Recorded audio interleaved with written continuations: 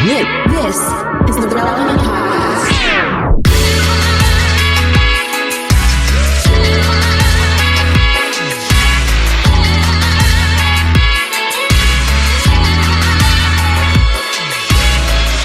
It's episode 1059, and it's the Relevant Podcast. Here in Orlando, I'm your host, Cameron Strang, and joining me from Loverland, Virginia, it's Jesse Carey. Hello, hello. From Nashville, Tennessee, our managing editor downtown, Emily Brown. Hey, y'all. Derek is out this week. If you've been listening to the show, you know he's out on this big listening tour, previewing his album and stuff like that. Again, DerekMiner.com. Check out when he's coming to a city near you. So he's not here this week. Emily's filling in. And joining us from Austin, Texas, author, speaker, podcaster, Jamie Ivey. Hey, guys. Hey, I do need to give a little note to the listeners. If Jesse sounds different today, it's because he's recording at a different location, does not have a mic stand, and he's holding it like he's a 1980s stand-up comic. So he might do that whole like Chappelle I get thing. no respect. I'm a professional. I'll keep it in only if I'm really going off on a tangent here. I showed them. I didn't think this would be an issue because I have my home office. I have an office that I work out of every day, and I grabbed some gear, including the microphone.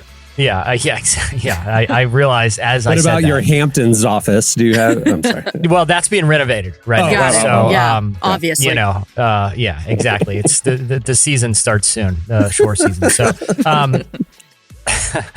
but either way, I have a collection of mic stands here. I literally counted for like 6. And not one of them fit the mic that I grabbed for today's recording. But I will try my best. I do have a ring light if that helps with the visuals. You look fantastic. Well, I know that this show is, Jason's going to be pulling some video clips to throw on social media. So I just wanted to give some context for first-time people who are going to be seeing your face, that it's not Jesse's normal setup to be doing a stand-up comedy type bit. Listen, I'm holding it low enough that the average listener won't know. I'm worried about how your arms are going to feel after we finish recording these, because also I've been watching enough Survivor lately that I know the challenges of how long can you hold a mic stand? How long can you hold it? And the timer's 45 minutes in, Jesse's sweating, the mic's shaking, I've been doing a lot of shake weight exercises and really toned up. I want to start my own Peloton for shake weight. Bring it back, man. I jump on. All right, everyone. Then I make a little J. Cole mix. All right, let's do it, everyone. Good morning. Who's on board with me? Whatever happened to the Suzanne Summers Thigh Master and the shake weight, and what you don't see these things anymore. Bring it back. They can't really for a good reason. They don't. I don't feel like it's a sustaining way to live your life. Thigh Master, that feels like it. Yeah. Jamie, you have not taken a look at my thighs, but they were sculpted by Suzanne Summers. Speak for yourself. Well, stand up, Cameron. Jason's going to make a video. Listen, all those companies missed a huge opportunity during COVID, okay? Right. I know, the barrier of entry of a Nordic thing or a Peloton or one of those mirror thousands things. of dollars. Yeah. I don't have the time. Yeah, and then $65 subscription. You know what I mean? Where is just the Richard Simmons for real? Deal of COVID. You know what I mean? And thinking about COVID, why didn't the Flowbee come back? People are at home, stuck at home, giving their own haircuts with the Flowbee machine. I forgot about that. There was a lot of missed COVID opportunities. The 1980s could have come back gloriously during COVID. They missed it. It was, I mean, we needed our generation, Suzanne Summers, because we talked about this recently, but some of those infomercials are pretty compelling. All I need to have that body is this shake weight. I mean, look how hard this guy's struggling, and he looks like he came off the set of an Avengers movie here. Do you remember the really, really muscular guy with the long hair? And he would he had Fabio? this twisting. No. The Gazelle guy. He had a twisting Tony machine. Gazelle. Yeah. Like that. We could have had a whole you gym. stand on a board and it twists or something like that? And it twists. And he would talk about his core strength and stuff. And the guy is built like an ox. I mean, he's so huge. And he's acting like he got his physique by twisting.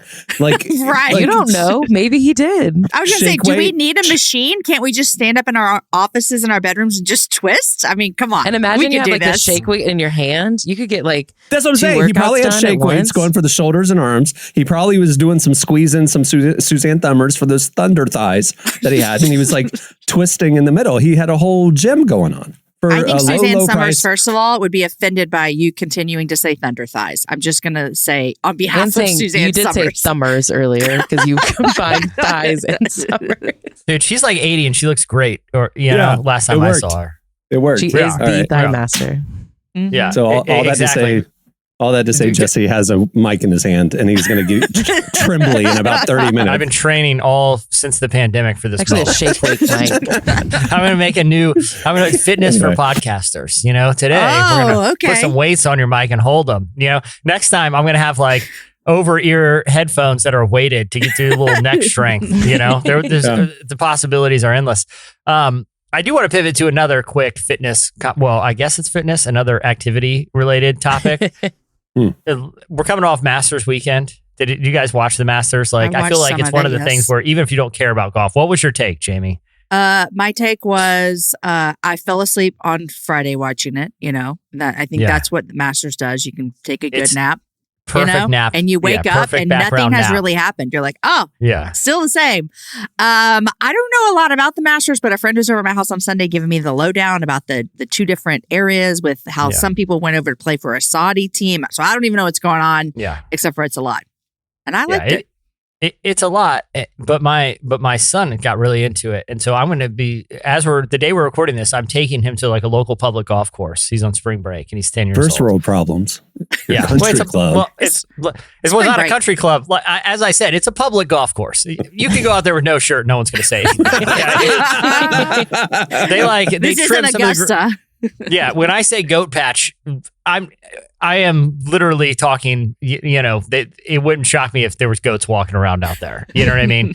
It's like $9. It's like $1 a hole. You know what I mean? Wow. Okay, never mind. Yeah, that's not a country club. Yeah. Yeah, but there is a clubhouse, but it is like secondhand stuff at the pro shop, and then like a bunch of old guys screaming, playing dominoes, drinking Mick Ultras is the scene there. But anyway, I'm taking him. When's that? Do you guys play golf ever? It's a very intimidating thing to take someone to. I played golf when I was younger with my dad because my dad is a golfer. And then I take my kids to Top Golf and think I'm like on the ladies PGA tour, but I'm not. The thing about playing golf is you have to have golf clubs, and golf clubs are like $500. It's a risky sport. You can rent them at the pro shop. Yeah, I know, but that's true. That's true. I forgot about that. But either way, there's so much decorum in the sport.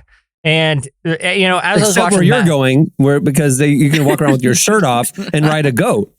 Yeah, it's very true. It's one of America's last great true public golf courses.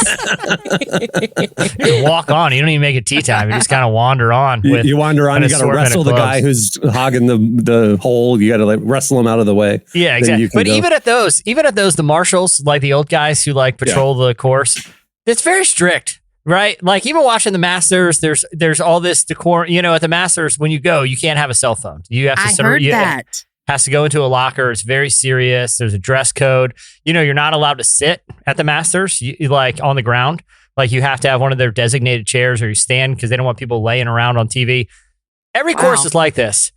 And to your point, Jamie, there is like a break off league to try to make golf a little looser, but it's got some considerable amount of controversy because it's being backed by the Saudi royal family and some sketchiness behind the scenes. I want to see a loosened up version of golf, right? Like Top Golf is kind of circling it, but something where there's no marshals. There's no fun police going around all day yelling at you for pace of play or driving your golf cart on the green. Lay off, old man. I paid $9 for this. Okay. I want a golf course where, Emily, to your point, it combines a little fun of putt-putt. Like I want on the middle of the fairway, old grandfather clocks and like china cabinets. Like some obstacles. Well, Yeah. you're no targets. I'm talking targets. Like, what can be more satisfying than hitting a giant grandfather clock with as hard as you can with a golf ball? Or like instead of a putting green, there's no flag. It's not the goal is to get a hole. It's to take out the sweetest piece of china in that cabinet. You just hit that thing point blank. Let's do what everyone's always wanted to do with golf balls and just nail them into random breakable things. If that was a golf course near me, I'd go all the time. This sounds like a fraternity's fundraiser event. Like a fraternity's putting together a fundraiser event. Yep. They're like, golf with the frat boys, and this is what you get. I like it. One hole would be nothing but porcelain toilets out there. Like, it's like I'm gonna destroy one of those. You can also, because there's no rules, no marshal, no fun police. You can also relieve yourself. Take a break. When you're done with the hole. Yeah. Obviously. You know, I mean that's apparent. And if you are relieving yourself, somebody else is going to be targeting you. You're a target. You're a target. The guy behind you. Yeah. Look, one hole would have like a bunch of like, those like suits that the people that train like dogs, like you know what I'm saying? Like they get the big thing on the arm. It's all padded up, right? Yeah. Or like Hurt Locker suits where it's like you're in the bomb. One hole is you put that on, you just run around out there and let other people hit balls at you. And if you can hit the guy, that's 10 points. Yeah, I like That's it. the real Masters. Anyone can hit a standard, a hole that doesn't move that's got a flag sticking out. I got some lunatic that just got off the toilet in a Hurt Locker suit, hiding behind a grandfather clock. Now that's a master. Takes a master to hit that guy. Yeah, Liv got it all wrong, man. The Liv Tour should have reinvented the game when they had the opportunity. I know. Sponsors are going to be coming out of the gate to sponsor this event. It's all toilet 100%. companies. All toilet companies. And bubble wrap companies and padding companies. Yeah. Grandfather clock companies. All right. They're thriving right now. I was going to say, do any exist? I was literally going to say, they're on the comeback. Can you buy a grandfather clock anywhere? I got Collier toilets and I got Clockmaster Ancient Clock Repair Shop. So sponsors are rolling in right now. Okay, for real. If you wanted to buy a grandfather clock, because I remember when I was a little kid, there was like a clock store in the mall, and like a piano store. There'd be a clock store. The old people would buy their grandfather clocks there. I'm very old. but like if you wanted to buy a grandfather clock right now, what are your options? I don't think you could. I just looked up and there is McGuire's Clocks in Austin. You could go buy a grandfather clock there. There it is. Maybe there is a store here. I feel like there's got to be like specialty stores or like antique stores. Like that's going to be. Okay, what is the weirdest specialty store that you have in your town? Because I have one that is a mile from my house and it is a flag store. All they sell is flags. How? Are they in business? Listen, I know a guy, this is real talk, okay? Now you mention it, that started a flag business, okay? And he sold it and made a fortune. Because a lot of people either, like, if you're opening a business or something, a lot of people want that American flag. And then you could order your own flags. The flag business is booming, man. Like, people want flags, okay? Car dealerships, they need like 12 right on the road. Yeah. Okay? That's true. You're right. Where they got to get them from somewhere. Yeah, where are you going to get them from? I guess the Flag World down there in Colonial Drive. Yeah. We have 2 or 3 old English stores in my city, and I do not know why. It's like what is an old Touch English of England. store? Tea? What do they sell? Like stuff with like the Union Jack on it, like old English costumes and stuff, like British themed stuff. But 2 or 3 of these stores. You live by a military base. The town there was established to fight those people. Exactly. And the other thing too is there's a lot of Europeans because of NATO. There's a big NATO presence here. I've talked about this before, but it's not like the British people are going in and buying fake Union Jack stuff sold in America. They get the real stuff over here. Yeah, I don't know who's weird. shopping at these places. That is weird.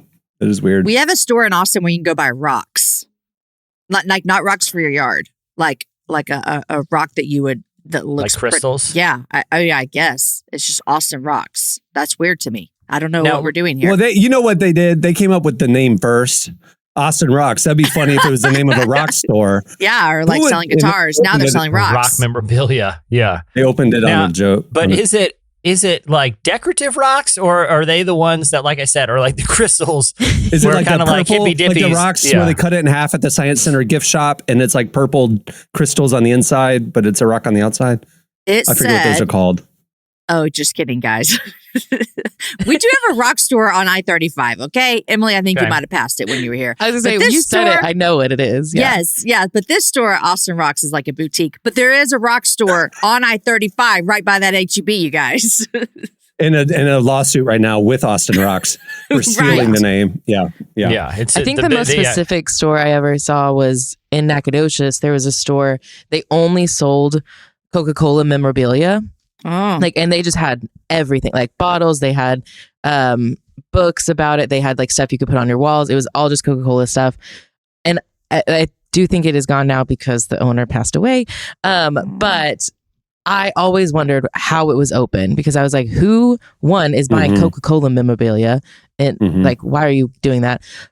And also, where did you get all of this from? Like, that's what was really impressive, was like, where are you sources? Do you have like an inside man at the Coca-Cola factory? And it was like antique stuff. So I don't know if he was buying it on eBay and then reselling. I don't know. I had so many questions. It kind of scared me because it was literally just Coca-Cola, and I didn't understand how he had the building. When you see one of those, whether it's a Coke memorabilia store, a rock store off the highway, or you're just banking on someone's going to the mall to get a new pair of like blue jean sneakers and a grandfather clock, like what percentage in your mind are that's money laundering operation? 100%. That is 90% at least. Yes. Like the little mattress stores that have never have a car in their parking lot, and there's 8 of them within 3 miles of each other. Like, who's going into those mattress stores? Yeah. I mean, how many mattresses are you selling in a day? What's going on? Right. Yeah. How many people are buying mattresses every day for you to... Right. And to need one a block away and another one half a mile away. And it's like, there's not that much of a mattress demand. How many mattresses would you buy in your lifetime? And then how many people live? There's too many mattresses available. I will say this about the mattress thing. I listened to an episode of Freakonomics. I don't know if you guys ever listened. It's a great podcast, and book, Stephen Dubner. But they actually did an episode about the mattress store thing.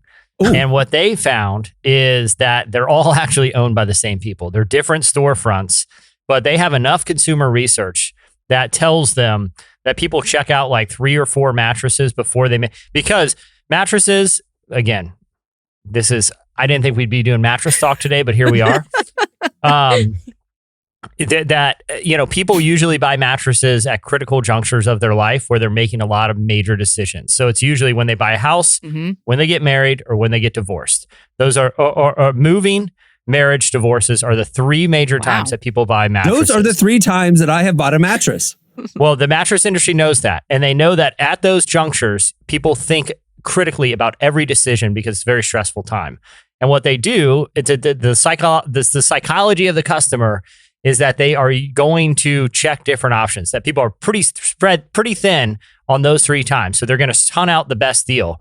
So what they do is they buy stores right around each other, give them different names, but they're all actually the same people. This is brilliant. They're actually the same people. So when you're shopping store to store, the reason they're in close proximity because the same companies own them.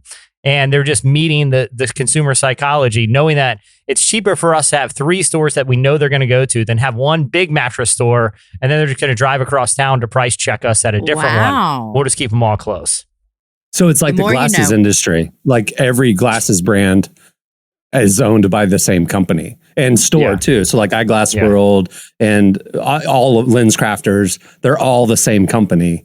And all the frames, even though they have the different brand names, they're all made by the same company and they just license the different names. So all the glasses at Eyeglass World are the same as all the glasses at Lens Crafters. Exactly. And it's all one huge company. Yeah. Exactly. It's the same. They also revealed that most of those mattress stores are actually fronts for a giant meth operation out of Albuquerque. So that was a big revelation too.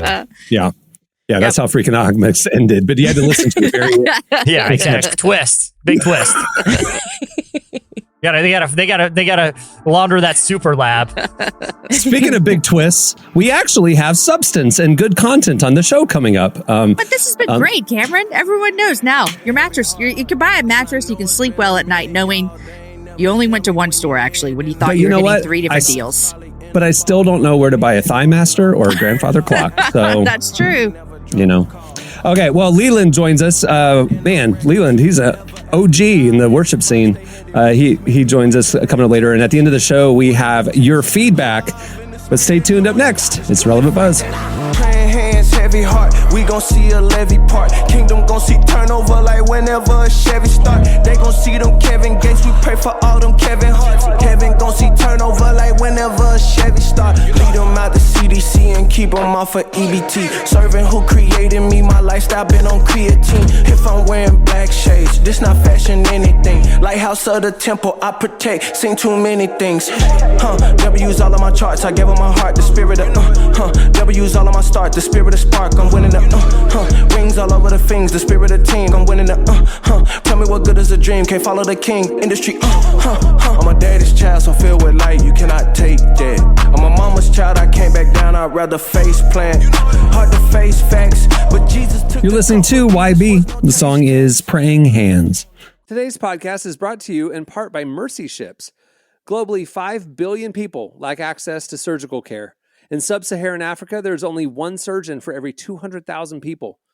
Mercy Ships provides free, life-transforming surgeries for people who have little to no access to medical care.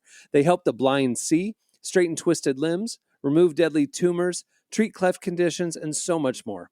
With state-of-the-art hospital ships, they provide safe surgery to children and adults living with treatable conditions, and it's completely free of charge. They do all this work with an all-volunteer crew of professionals who donate their time and talents. Surgeons, stewards, nurses, engineers, and more make the world a better place. Your donation today provides free, safe surgeries to people in desperate need of help. All gifts are matched, so please donate today at mercyships.org/relevant. Okay, it's time for Relevant Buzz. All right. Bringing us what's happening at the intersection of faith and culture this week. Tell us what's going on, Emily. Okay, the first thing I want to talk about is Chris Pratt, who has been doing some press rounds for his Super Mario Brothers movie. He was recently on the Drew Barrymore. Very Italian Chris Pratt. We need to, everybody to... native Italian. Very Italian. Famously native Italian. Famous Italian Chris Pratt, yeah. He has been doing some interviews, and he was on the Drew Barrymore show, and he... first off, the Drew Barrymore show is wild because she just talks about the most random things. And so they ended up talking about how... She gets people to say stuff on that show that, like, I don't think the publicist signed off on. Ooh, I like that. Absolutely not. Yeah. It is like full therapy sometimes. It's insane. Yeah. I love Drew. But she got him to open up about how he met his wife, Katherine Schwarzenegger, at church. And he talked about how he was actually in kind of a really difficult season of life when they met, and he was really struggling and broken. And so he was attending church. Of course, that's what a lot of people do when they're struggling with things. Struggling and broken. Yeah. Struggling and broken. And he said he was, there to just like learn more about God, like get closer and stuff. And he said he was sitting on the front row of church, and he started staring at Katherine Schwarzenegger. And he even said, not in a weird way. Not in a weird way. In like a sweet, the way you romantic way. Said it was like he's there like staring at her. That's kind of... Well, he admitted he was like, he tried not to. He said, you don't want to be that guy who's like, whoa, who's at church? Like, that's not why you're there. But they just ended up talking, and they got to know each other. And after a few months, started dating and got married. And that really is just, the dream for every Christian single everywhere is that you meet your future spouse at church. So this is a quote he said, it all made sense. When you're doing a puzzle and there's a piece and you're like, I'm certain that's the piece. And then you jam it and it looks like it should be the piece, but then you're like, oh, it's that one. It just fits together. You're like, oh, it fits because it was the piece that was made to fit there. And that's what it felt like. Emily, did he discuss what happens if you lose a piece out of your puzzle box and you never find it again and you can never finish your puzzle and you die very, very alone? You need to go buy a mattress is what would solve that problem is a mattress. I don't know if that interview is going to solve any of that. I do like this scenario that if they hadn't have been at church sitting in close proximity to each other on the same Sunday, I like the idea that they both would have gone to like the church singles event where it's like a little like the pastor makes a big pot of chili, all the singles together for an icebreaker. Maybe you got the name tags. It says Chris P. and then they all settle in for, God's Not Dead viewing and they just have a nice little wholesome chit chat. I would have loved if they would have met at one of the singles events. That would have been awesome. Not just, Maybe they did, and he made up this story to kind of make because up it's less for creepy. it. As if he's going to a singles event. Do you think that would have been the all-time peak of church singles events? 100%. It introduced Chris Pratt and Catherine Schwarzenegger, like this Hollywood power couple, met at a bowling night for like Zoe Church with just the other singles. I would have loved that. I love it. But I would like to say my husband and I met at church as well, and his story when he tells it is that he was that teenage boy like staring at the girl that came into church, which thankfully it was me. But yes, that's how we met. Were you staring back at him, or were you? No, I didn't him? love Jesus. I was just going because my parents made me, and I think I clearly looked like I was out of place. I remember though when I was at an age where people would talk about romantic connections at church, and it was like, I can't believe this. Some people are just coming here to meet a woman or meet a guy, and it's like, well, where do you want them to go? Exactly. You're going to judge them if they meet them out at the bar or a party or an app or something. What is wrong with going to church with hoping to meet someone with similar values? Why are people throwing shade at that? It's perfectly fine. Just own it, Chris P. Yeah. All right. What else is going on? Last week, there was some news that came out about the new live action Little Mermaid. And the songwriters, Alan Menken and Lin-Manuel Miranda, shared that they would be updating the lyrics to emphasize consent on some of the older songs. Because if you think about some of these songs in Little Mermaid, it's actually pretty creepy. And on one hand, when we heard this news, we kind of rolled our eyes like, all right, we don't need to. But what are they? Yeah. So one of the songs is Kiss the Girl.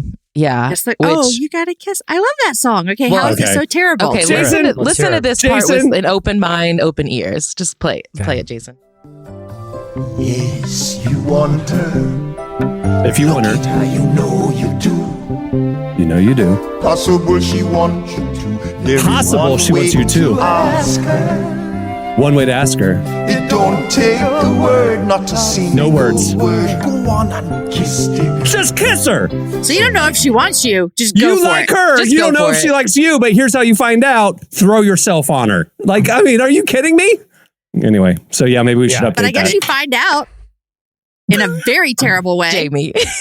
Jamie, we do not want to advocate for boys thrusting themselves on girls. No. I'm having a moment just to let you know, like, I love that movie. And so give me a second. I do too. Give me a moment. But Jamie, in fairness, it's one thing when you hear like a little like anthropomorphic crab talking to like an octopus about it.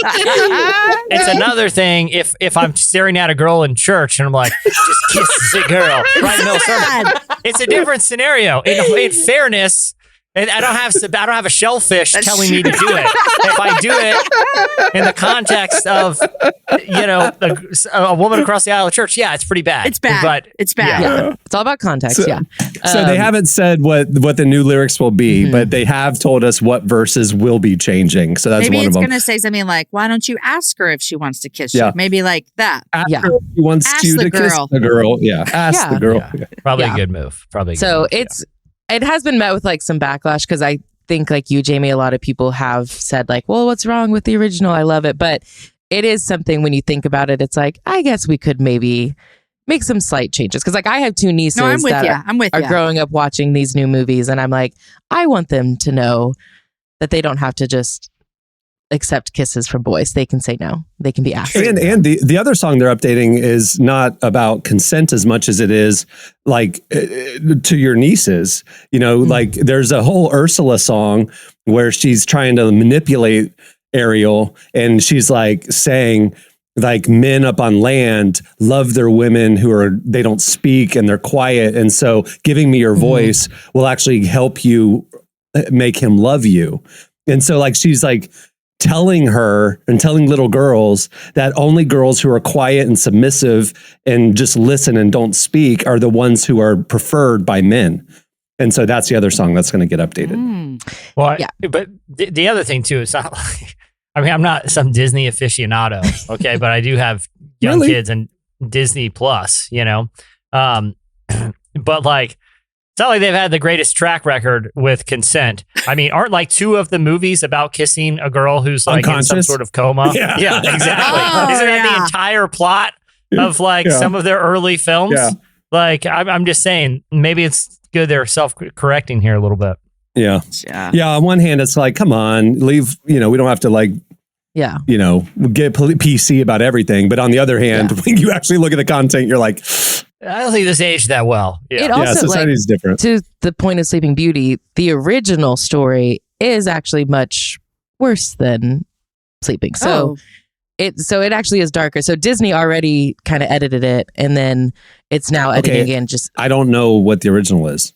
Can you expound? In the original one, it is not just a kiss that wakes her up. Come on. What do you mean original? Is this like a book is that Hans or what? Christian Andersen? So this is like 1700. So all of these stories are from original fairy tales from like the 16, 17, 1800s. And a lot of them did have a lot darker ones. So with this point of Little Mermaid, I believe that was Hans Christian Andersen.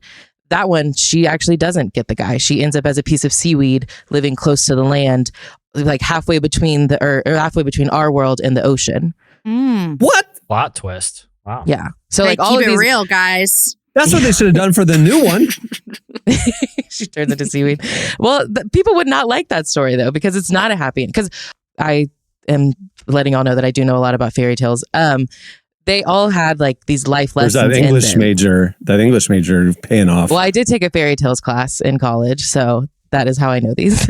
Is this real quick, Emily? And this isn't any shade because I took a badminton class. Okay, and I'm not comparing the two, but is this the first time that your fairy tale class has served you professionally? Like, were you in fairy tale class waiting at an accredited liberal arts university in fairy tale class? Like, when am I ever going to use this professionally? Like, when will ever this be of use? Now is that moment, Emily. Now is that moment. April 14th, 2023. It all paid off. So this is probably the first time professionally. I had a grad school class where it did come up. It was because I was taking an early modern European history class. And so we were talking about the stories of early modern Europe. And I was the only one in class, shockingly, who had taken a fairy tales class. So I got to talk about it. But professionally, yes, this is the only time it's come up. I wish they offer that as a major. Fairy tales. My teacher was great. I loved her. I took a lot of really random courses. I kind of made up a couple. I didn't make up my degree. I have an actual degree, but it was journalism, and there's only so many journalism classes you can take. And then for my minor, it was international studies. That one was definitely made up. So I took fairy tales. I took a philosophy and Harry Potter class. That one was probably the most random but specific one. Anyways, all that to say, fairy tales, they all had much, much darker original stories. And so Disney has already cleaned them up. So there's precedence to cleaning them up and updating them as society evolves. So and this also is Aladdin, the live action Aladdin a couple years ago, that actually had a few lyric changes as well. They're much more subtle, but it happens. People can get over it. We love consent, so we are happy that this conversation is happening. We love consent, guys. That's a new tagline for the podcast. Pro consent. Yeah, pro relevant podcast. We love consent. That's our new marketing tagline. Mm-hmm. Yeah, I think it works. I like All right, what else do you have?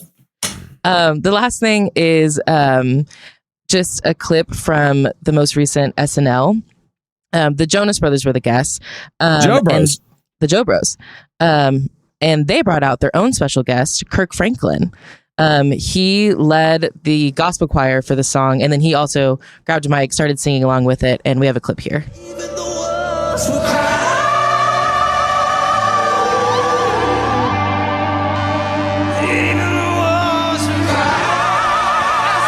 Is that Kirk?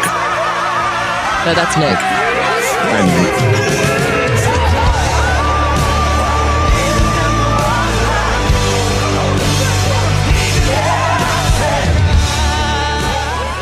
So yeah, it was just an interesting sort of gospel performance of their new song Walls, which, when you hear Jonas Brothers, you don't always think gospel, but I think they did a great job, and it looks like Kirk was having a really fun time.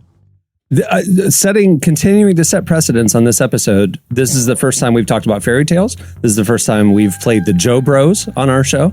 And the first episode, I believe, in 15 years where the phrase thunder thighs has been uttered multiple times. So About the Jonas Brothers. a lot of firsts. A lot of firsts. In reference to the Joe Bros. If you want to check out more of our coverage of what's happening at the intersection of faith and culture, check out relevantmagazine.com every day.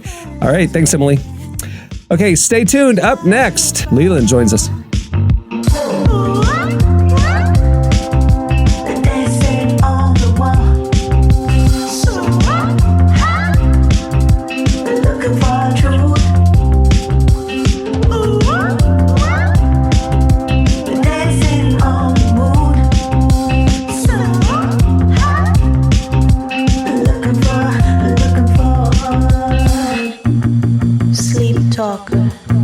Sleepwalking, taste making, little slug having a feast at the table like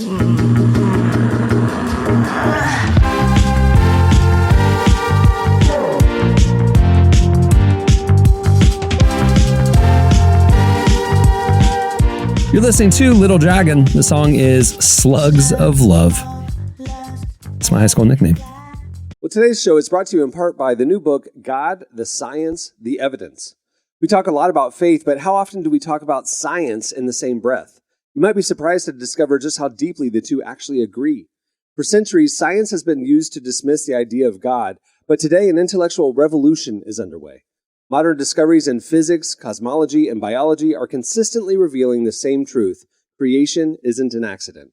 That profound reversal is what engineers Michel-Yves Bolloré and Olivier Bonassi investigate in their international bestseller, God, the Science, the Evidence.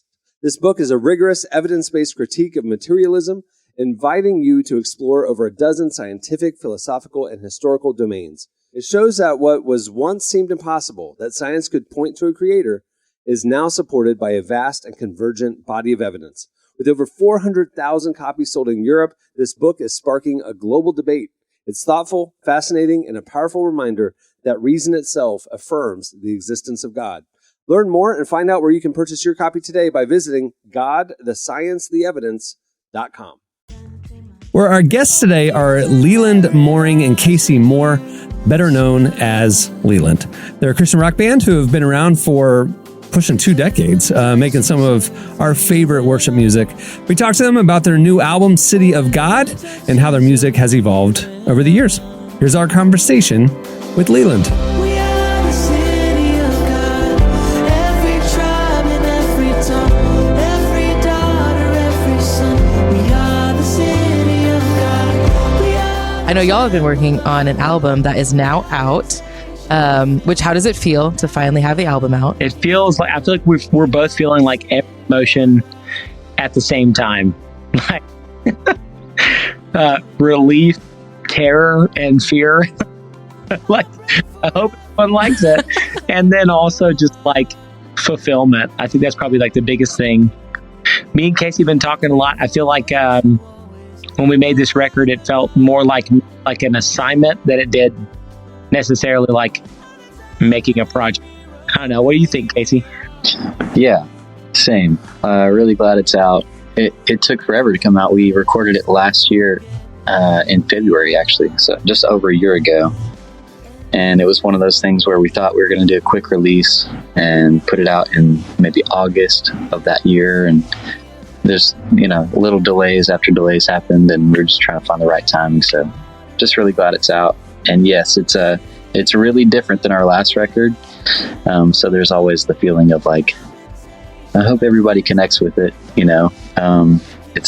It's different, but it's also really inspiring, and it's really musical. And I think people are going to really like it. If you still have breath in your lungs, you're not done.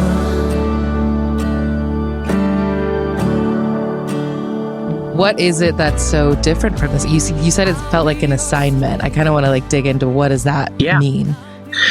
Well, I mean, so Casey and I, we've been best friends now for 13 years. So, and we've been traveling and doing ministry all over the world together. in this band and in this group, and writing songs, and also like creating all sorts of other kinds of music together, like on different side projects and different kind of like side bands and things like that. And I think one of the kind of reoccurring conversations for both Casey and I the last probably 6 or 7 years has been like on the road, you know, and whether it's like in hotels and trains, planes and airplane, you know, and airplanes and cars, like we just keep having this consistent conversation between the two of us about creativity and artistry, and the sort of the value and the difference between what we would call, I guess, corporate worship music, you know, that we, you know, I like to use the word like Levitical worship, or like what the Bible talks about as like Levitical corporate worship. The difference between that and like storytelling artistry, you know, and both of us have a big passion for both, you know, like we're both church guys, you know. The band Leeland started actually in a youth group. We were a youth band, like 2004 and 5, writing songs for like 100 kids every Thursday. And it's a whole long miracle story of how like God found us in Baytown, and one relationship after another led to kind of where we, into 2006 when we made our album, Sound of Melodies. And from kind of day one, we've been church guys, but at the same time too, like also very much artists kind of through and through, in terms of like loving to tell stories and push boundaries and all those kinds of things. And it's manifested itself in all sorts of records. But the last, intensely, kind of like the last 6-7 years, especially the last few years, this record, City of God, I feel like is sort of like a direct result of just long conversations Casey and I have been having with one another and some of our close friends that are also in music, that love Jesus, that love the church, about some reforming and reshaping and restructuring and reviving that God's doing in the local church concerning worship and artistry.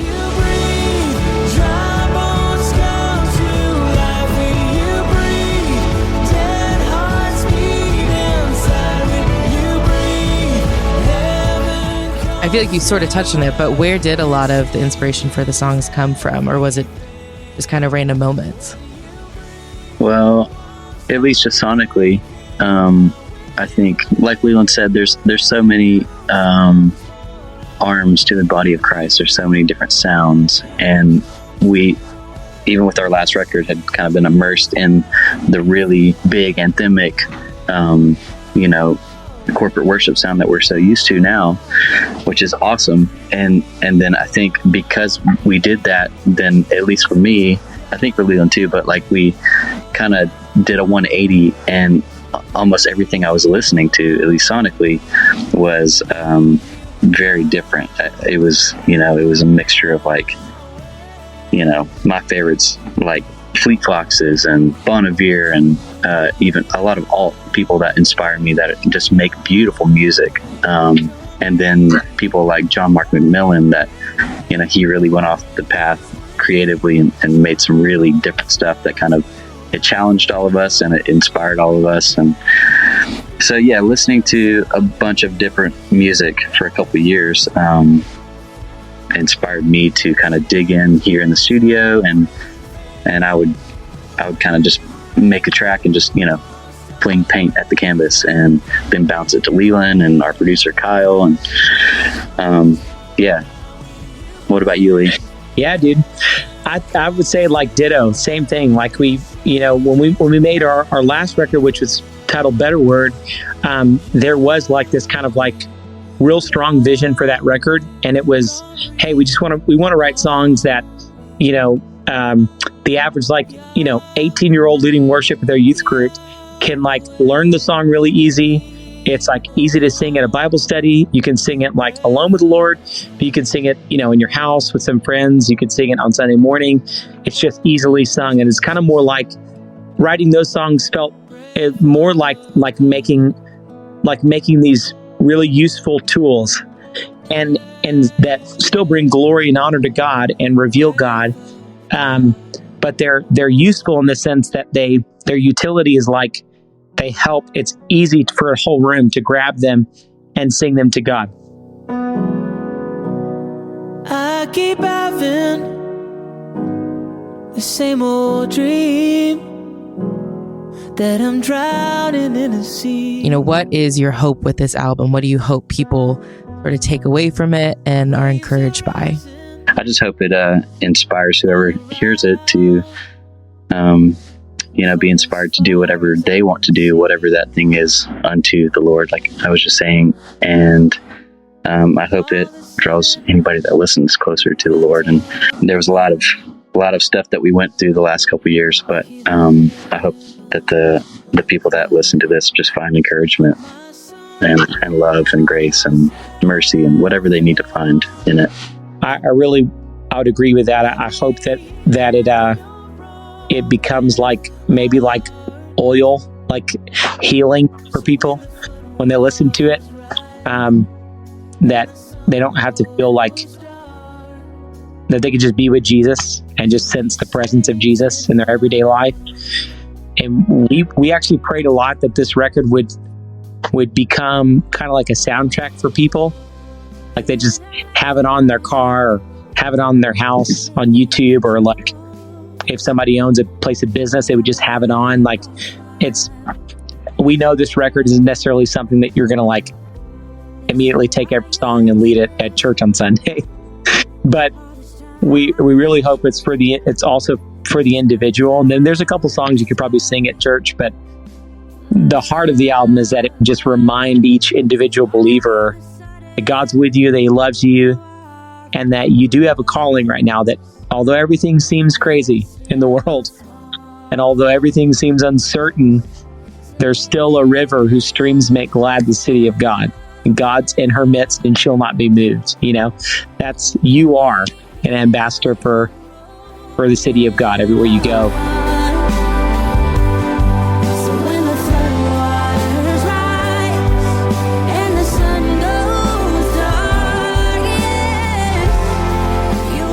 That was Leeland. Make sure to check out their new album, City of God. It's great. All right, stay tuned. Up next, it's your feedback.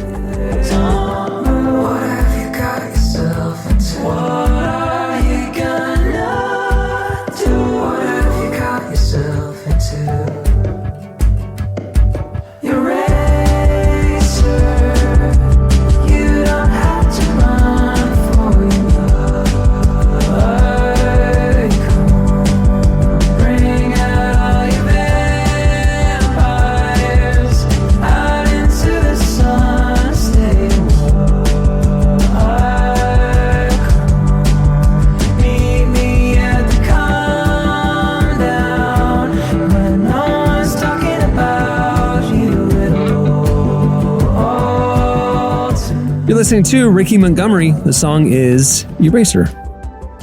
Not erase her, but eraser, like you put on your pencil. Well, today's podcast is brought to you in part by the new book, Confessions of a Christian Alcoholic. Author Jonathan Seidel knows firsthand how even believers can get stuck in shame and destructive habits, especially when it comes to one of society's biggest obsessions, alcohol. In Confessions of a Christian Alcoholic, he details his spiral into disordered drinking and shares the 4-step process he eventually used to break free. There's hope for alcoholics who become Christians and for Christians who become alcoholics. Find Confessions of a Christian Alcoholic wherever books are sold. What if you could change a child's life with just $10? Right now, thousands of vulnerable children in East Africa are suffering from jiggers. It's a painful, preventable parasite that burrows into their feet.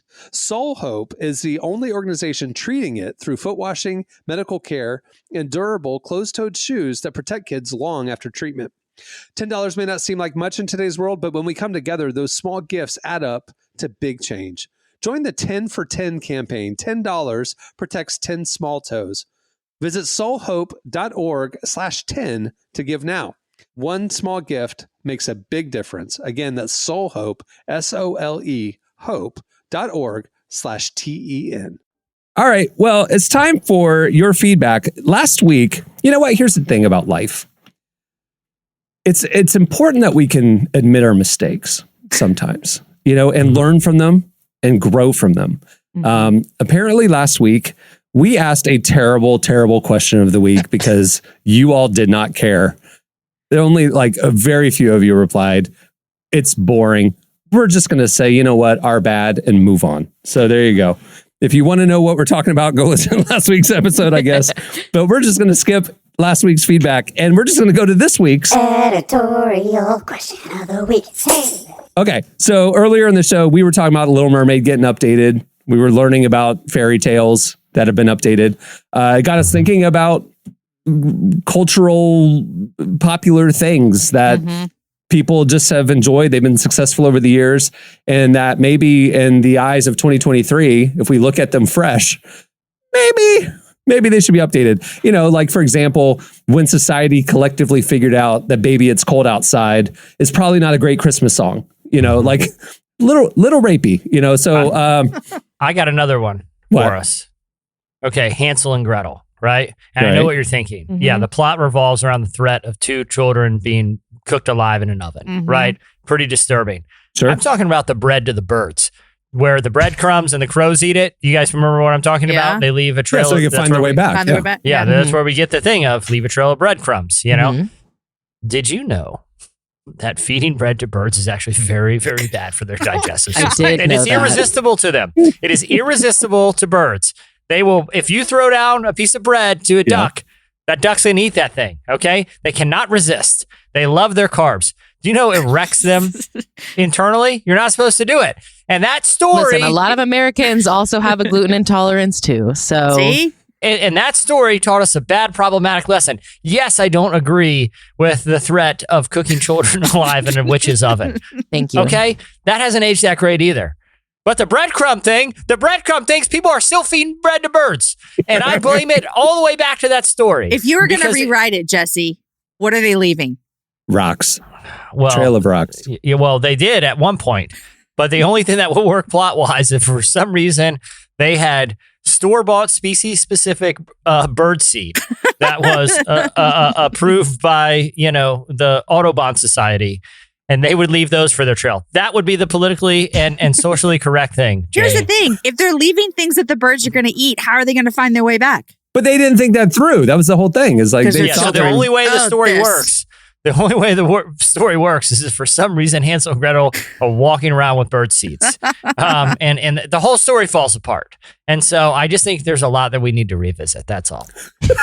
Mine, for me, is not like a revisiting and remaking. But when I was younger, I knew every word to the movie Grease and watched it nonstop. And then I got older and I was like, okay, wow, that was a lot for a little kid to be singing about and knowing and all the things because it's adult material. Here. Yeah. I don't say we need to remake it. I'm just saying it was one of those moments where I'm like, oh, wow, I was really singing along to some scandalous things. Well, not only that, they're like 35 years old in that film playing high schoolers. Yes. Like John Travolta looks older than I do now in that movie. And he's like smoking cigarettes in a hot rod. Right. It's like, wait, that's the heartthrob? Yep. That is a grown man. I was thinking, Jamie, to your point, like when I was a little kid, I knew all the lyrics to the Humpty Dance by Digital Underground. Yeah. And as an adult, I figured out that when he was referencing getting busy in a Burger King bathroom, he wasn't talking about doing a chore. He was oh, there's so much to that I'm that joking. you're just like, I knew that it was bad. That's why I liked it when I was a kid.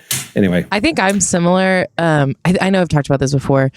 My parents didn't necessarily care what we watched as kids. So that's Jesse too, right? That's Jesse too. Oh yeah, they didn't care at all.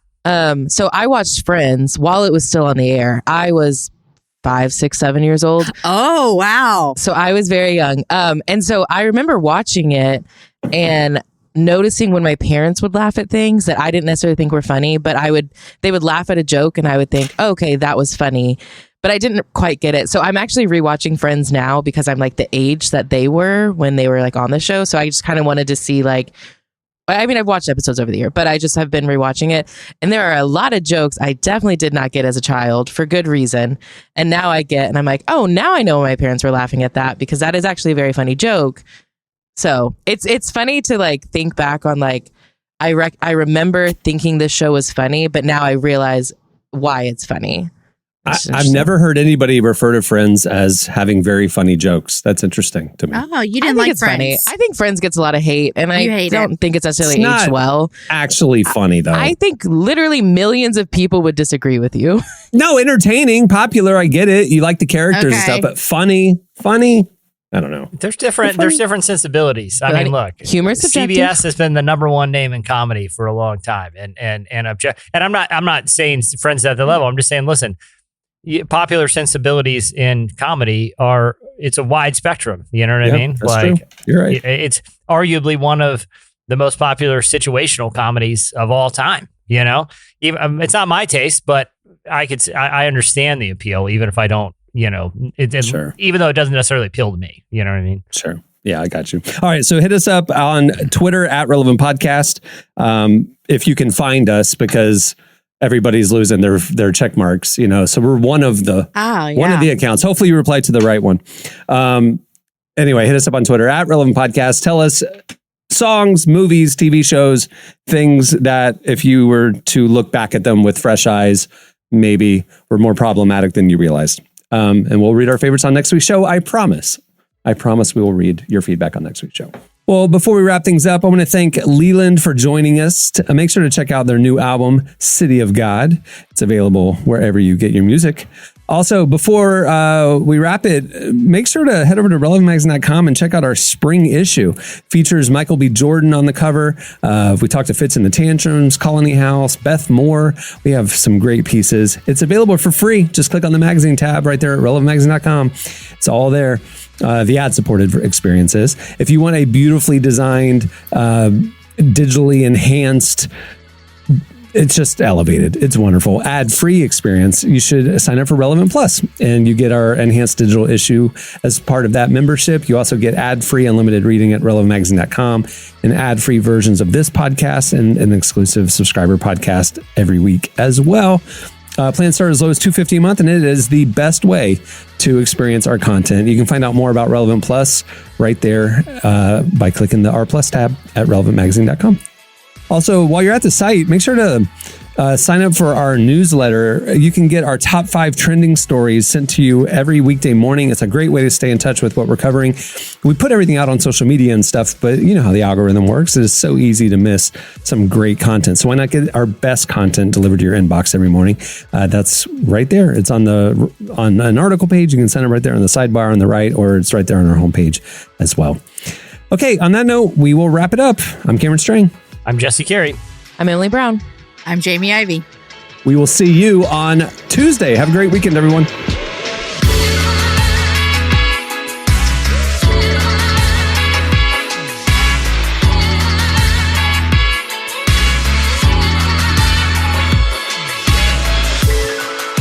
Thanks for listening to the Relevant Podcast. Check out our features, interviews, and news updates every day at relevantmagazine.com. And make sure to follow Relevant on Facebook, Twitter, and Instagram for the latest. For more great podcasts, browse the shows on the Relevant Podcast Network, which you can find at our site. And while you're there, don't miss the all-new era of Relevant Magazine. A new issue releases every other month at relevantmagazine.com.